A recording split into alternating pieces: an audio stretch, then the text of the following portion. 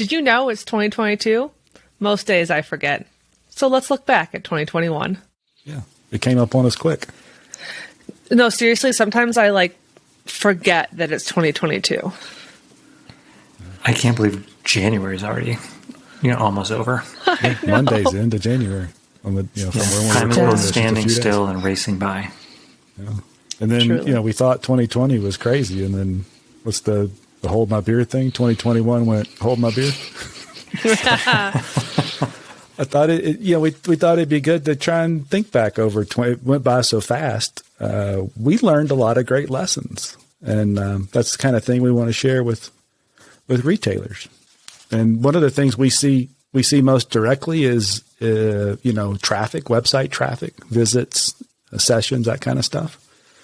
And it was different than it was the year before.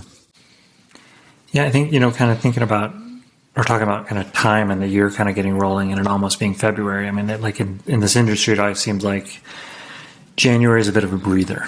And then February, March hit and you really start ramping up for the season. And, looking at last year, the first quarter was so strong. I mean, we just saw just crazy elevated traffic and sales numbers. And then what was interesting is once April hit, normal seasonality was just out the door. There was no longer that kind of continued climb up through, May, June. It just really started to decline in April. And then it seemed like when July hit, kind of a new, kind of the high point of the year reset, and then seasonality generally played out through the rest of the year. But the one thing we saw, along with the rest of the retail market, was holiday spending being pulled forward into late October and early November. And so as we look at our year-over-year numbers with 2020, that time period actually outperformed 2020. But then once you got into Black Friday and then December, the year-over-year decline was pretty stark. I'd say online it was not a great holiday season for our clients. Mm-hmm. But I think that was kind of true across retail. I think projections were a bit off. I think inflation might have played a part. Yeah, agreed. Yeah. Maybe some supply chain fatigue. People are just kind of getting tired across the board of things not being available or having to take longer to get it. And I think that's true. And I think it's important that we draw those parallels. At the same time, if we're looking at the year-over-year change, the decline in cycling, I think, outpaced any decline that we saw in overall retail, which isn't to be pessimistic, but I think we just realistically have to look at it and say that consumer demand seems to be softening. And that really, I think, informs, what the choices that our clients will be making throughout the year. It's certainly informing kind of what our marketing team is doing as we're kind of ramping up to help dealers market in the spring and summer. So you think that was true consumer demand softening, or was there some combination of there's not as much to buy, there was a little more mobility within, and we weren't all completely confined like we were in 2020, or did we pull forward a lot of purchases in 2020 that just didn't get made the next year? I think there's so many. Yes. All your points I think are right. Yeah. I think that there was such a surge in demand that so many people that were either on the bubble of wanting a bike or didn't even know they wanted a bike bought them in 2020. But then I think that the stark change in online performance in that early April really lined up with vaccination rates going up and restrictions being lifted and people starting to travel again and getting to the gym again or signing up for yoga classes. And so all these different things came together. Because if it was just the sales numbers, then you could say, well, it was primarily an inventory issue. But the traffic numbers dropped at that time as well, which is a really an indicator of consumer intent. And I don't really buy into the thought that consumers paid as much attention to the supply chain early last year as retailers did. And so I think it's highly unlikely that customers just stopped shopping because they assumed that there wasn't product available. It just doesn't seem right to me. I don't have any data to back it up, though. There's a lot of variables. It's hard to. Boy, we're a lively group today. Yeah. I mean, do you want some fun stuff? I think it's fun. Yeah. Yeah, and I don't want to get, if you look at, I mean, yes, I'd love to get some fun stuff, but also I don't want to be doom and gloom. I think we need to kind of be realistic about what's happening. Yeah. And it's still just massive increases in performance, over 2019, and the trajectory of the market is great, and it is an incredibly complex time as a retailer trying to make inventory choices. And you have to look at some of those leading indicators of what demand is, and web traffic has really been showing that demand is softening. Mm-hmm. Yeah, I think it was that study that the MBDA put together, and there's about 56% of the females you see cycling now are either new or have recently returned to the sport. Yeah.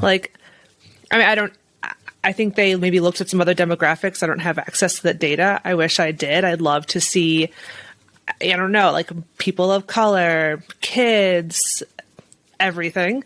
But I just really hope we keep those people engaged. I know that's a pretty big task, at the community level, the bike shop level. So. Well, we've had a few of these where we talk about growing the pie, and that's a gigantic number for that. If that many people, that wouldn't have otherwise been cycling, that many women showed up, that's gigantic. Mm-hmm.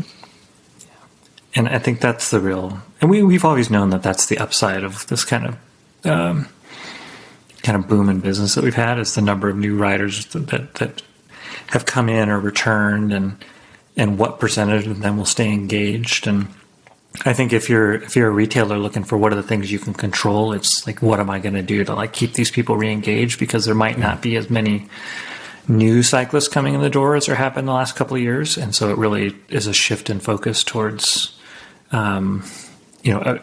actively working for customer acquisition, and then really developing customer loyalty as best you can.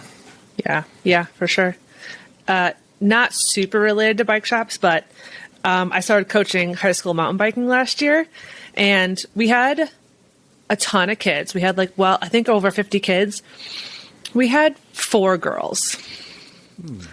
It was a little mind blowing. So I'm like, what could we be doing different there? But there was one girl who, as a junior, picked up the sport. None of her friends mountain bike, and she just went all in. Maybe we should interview her. Yeah, that's awesome. I know. Did you take her under your wings, Suzie? No, sadly she wasn't in my group, but hopefully I'll see her again soon. Just not passing you on a mountain bike course? They can't be faster than me. That's unacceptable.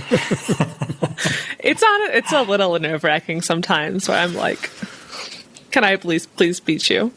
But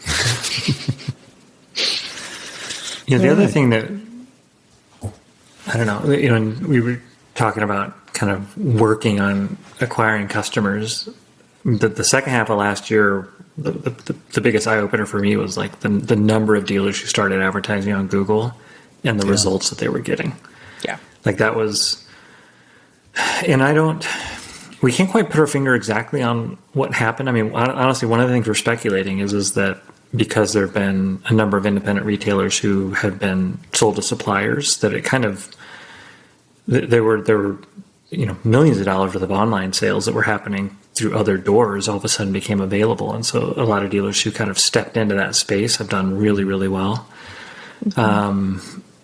And so I think that may be an indicator that kind of more broadly, dealers are recognizing that, hey, this time of kind of having a passive stance towards new customers is past, and let's get out there and let's start earning some business.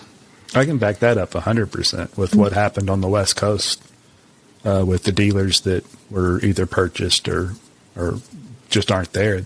We had a lot of inbound calls for, I see an opportunity. Mm-hmm. The other thing I think is interesting is in the past, our support team and the agency dealt a lot with retailers super concerned about little orders, and I might lose a few dollars. And it quickly changed to the recognition of, if I lose $5 and I gain that new customer in such a crazy market, that's a really low acquisition cost to now have somebody I can market to and sell for the next 5 years to. Mm-hmm. That we never got to have that. Nobody bought that bit before. They clearly see it now as, other industries pay sometimes hundreds of dollars to gain a new customer. And if you can do it, sell something and break even or lose a few bucks or make a few bucks and you got a new customer, that's strong. Yeah, 100%. Especially if you have a plan to do something about it. Yes. Mm-hmm. Suzie and I are doing some work right now around, QPP has an educational event coming up called Frostbite. And, there's a couple of different conversations happening, and one is around online sales, and that's what Suzie and I are focused on. And then another one is on online customer service. And I'm interviewing a few dealers about that one. And we've talked a lot about kind of those transactional style orders. Somebody just wants a disc brake rotor from you. And, that's good business. I mean, especially if you're shipping it out of a supplier's warehouse. I mean, take it. It's a very low touch, source of income. And obviously you want to take as many new customers as you can and convert them into long-term loyal customers, but take that balance, pick up some easy sales too. Yeah. Mm-hmm. They're, the ancillary sale or the marginal sale, the one you just wouldn't have gotten. Some number of those become lifelong customers, but some of them are that's a great sale. Why would we not take that if, like you said, it's pretty low impact on the staff and inventory dollars? Mark, you talk to a lot of dealers about kind of the look and feel of their website. Have you noticed kind of as more kind of factory-owned retail has kind of creeped into more markets, have you seen retailers show more interest in improving their brand experience online? Yeah, we've talked about that forever, as long as I've been around. But a lot of it was, it was more talk than action before. I want to be different. Now there's a clear motivation to stand out, and part of it is, it's tough for the dealer because in some markets they're competing with their supplier, but they still are invested in the brand and they still believe in the brand. But they do want the consumers to know that it's a local, independently owned store. So I think a lot of them want to show allegiance to the brand, but they also want to stand out a bit. So in the last 24 months, for sure, there's been more focus on your own branding and standing out that way. And we see in our data, we see improved performance. The sites that do that do outperform. Now, maybe they do some other things. Maybe they're more engaged in email marketing or social. But that custom look is certainly part of it because the consumers typically handshake with the website first. And when that experience carries consistently over into the business, it just makes the whole experience more professional and enjoyable for the consumer. Yeah, and I think a lot of those cases too, it's a more consistent experience from when you visit the website for the first time, and then maybe you get a thank you email after your first purchase, and then you hopefully eventually visit the store if you're local, and it's a similar feel throughout, which is nice. Yeah, that branding makes a difference. It's memorable. I don't know. Even just a lot of the custom sites that we've worked on, that places that I've never been, their sites just always stick in my mind and how unique they are and makes me want to visit them. In that email you talked about, that being consistent too, so that they begin to feel and recognize that branding is just critically important to feeling like you're shopping like you would at the Apple Store or Best Buy or Home Depot. Definitely. It would be unfair to name any retailers by name, but I think one of the most satisfying things from last year was seeing like a couple of like the real strong locally branded bike shops that took their online sales nationally, and now I feel pretty good about the contribution we're making to their business and what that means for their ability to expand that physical presence that they've put so much into building over recent years. Mm-hmm. And we're getting to learn from that too. As those retailers are willing to invest in that, then we're building that. We're doing that work for more than 70 of our clients now. And it's really fun to watch that. And some of them, one of my favorite examples, and again, we don't want to do names, but a store that was doing very little with us quickly ramped up. And I think their line was, we want to own, insert the state. It's a big state. But they made that investment and got the return. And that's something we didn't see before the pandemic. It took a much larger investment pre-pandemic to make that kind of an impact. And now it still takes an investment. There's nothing's for free, but the results have been really fun to watch. Kind of looking back at last year's numbers, the other thing that was really kind of in 2021 built on a pre-existing trend was that high in-store pickup percent for orders. Yeah, obviously, like in peak COVID, the numbers were just through the roof. So many people wanted things immediately, and they were coming in to get it. But even as the numbers have come back down, it's still showing steady growth over previous. It's shown steady growth over time, and it's still well over half of orders. So, that balance of like the online sales growth opportunity, but it's not all the Google ads out of market. I mean, still, one out of every 2 orders is somebody's walking through your door. So the numbers are very favorable to local bike shops in that area. And it's hard for us to track, but when I talk to retailers, it still seems to be quite true that a lot of those that are picking up in store are also spending more money while they're there. And that's a wonderful thing. If a half of those people that are showing up are also going, I need a whatever while I'm here. Mm-hmm. You can't beat that. Yeah. Yeah, for sure. I mean, if I could like sum up marketing to, businesses to their customers, and just make it as easy as possible for your customers to shop with you. So, whether it is, something like Google Shopping ads, you search for something specific. Oh, hey, down the street, they have this light that I need. I'm going to go ahead and secure it now and pick it up. And not only it's one thing, I think, to deliver excellent customer service, via technology, but going up and seeing people in person and seeing their space and seeing that, maybe they have some women in their shop. That makes me want to be there and get to know them more and understand their experience as cyclists or just casual riders. I think it's pretty valuable.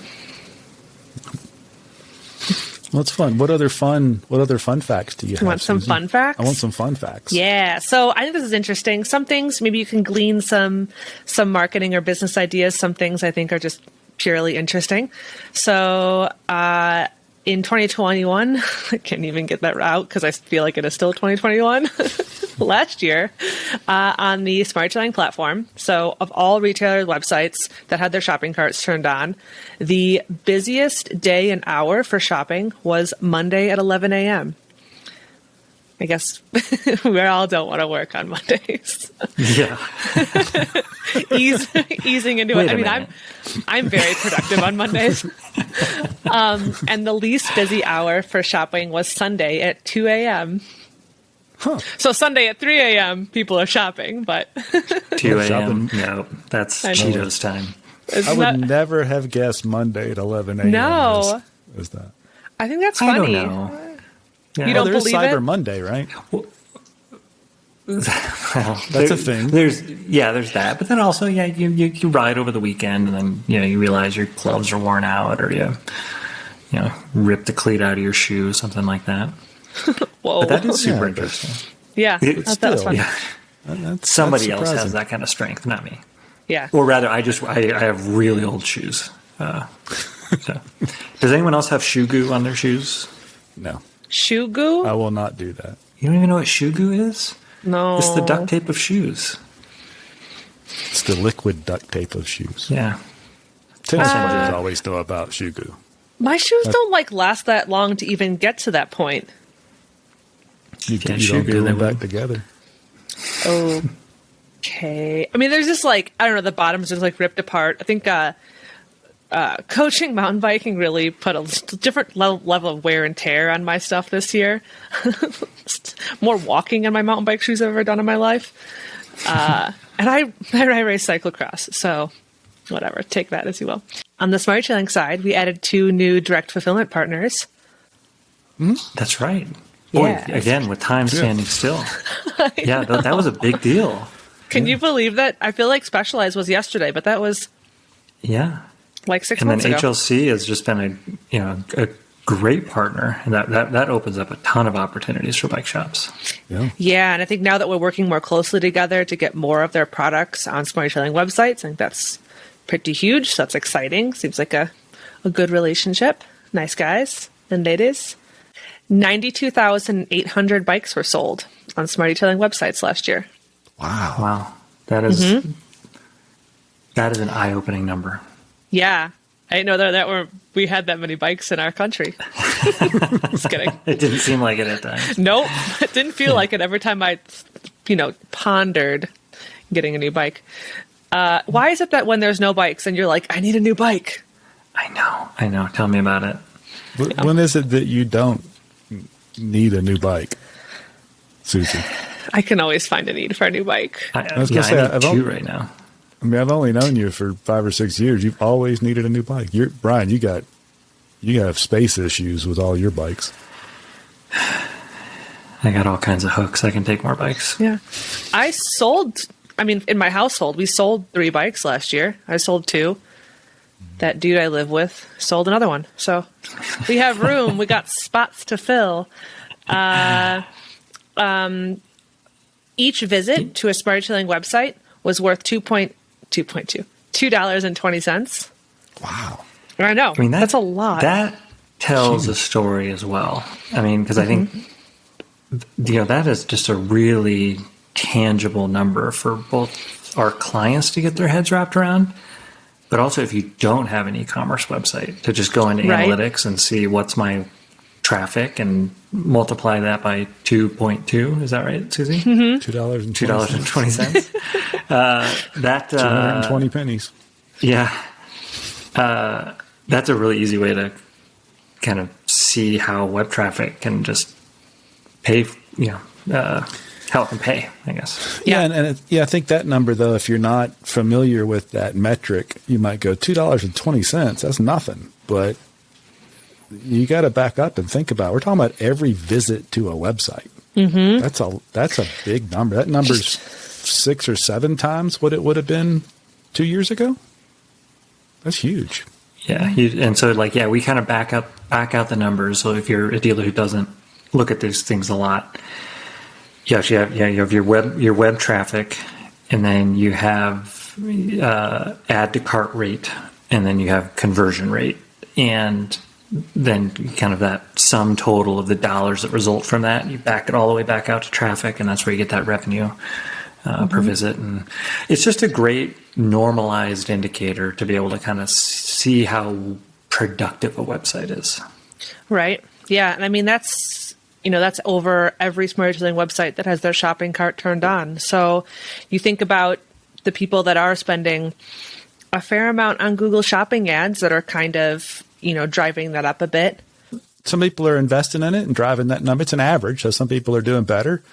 But that means that some people aren't doing much of anything and still have tremendous results. Yeah, maybe think about some of those shops that really aren't investing in marketing. What if you're actively driving traffic to your website? What does that mean for your revenue? Or for the fact if you're not actively driving traffic to your website? Yeah. But it's also, it's just an apples to apples measure that any dealer can measure themselves off of. And it doesn't really matter how you get there. Have a low conversion rate on a high number of bikes. It's still the same number. But a dealer's going to look at what's their sales per square foot in the store, and it's just a good benchmark to have. Yeah. Yeah. Super. Those are my fun numbers. Those are fun numbers. I would have thought I'd have known all those numbers, but some of those were not only fun but surprising. Well, thank you, Susie. Can't believe the Monday. Yeah, you're welcome. Monday's a good one. Well, I'll give you a little... And I'm going to start scheduling meetings with you at 11 a.m. on Mondays. Because Susie didn't look surprised by that at all. I know. That's what I'm also perusing the internet. No. Well, yeah, can I give a little spoiler stat to our Frostbike session? Great, yeah. That I'm not sure where this is from Ryan's extensive research, but that the average person spends 5 hours a week online shopping. I think that's on a Monday. Yeah, Okay. yeah. Yeah, and that's an average, like, because there are certainly people who spend a lot more time than that. I mean, honestly, I know I'm hitting the average. Just it's just a good way to visualize things. Like, I've talked about my obsession with Jeeps lately. Like, I'll go down a rabbit hole and just start looking at all kinds of different options for myself. Visualize. That's sure. It's just visualize. I used to call it, yeah. Yeah, I played the fun game of do I want a real road bike the other day. I had that same game. Yeah. Wow. What'd you conclude? I don't know. How many road-ish bikes do I need? Like, I don't know. You overlap gravel and cyclocross and road. Like, I don't know. Do I need 5 bikes? Need is such an ugly word. Do I want 5 bikes? Yeah, it's yes, better. I do. Yeah.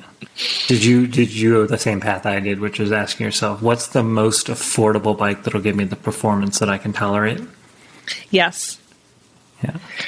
As the person who doesn't do the maintenance on my bicycles, draw whatever conclusions or stereotypes as you'd like, but it's been concluded that I am better off with electronic shifting, and that drives up the price a bit. Yeah.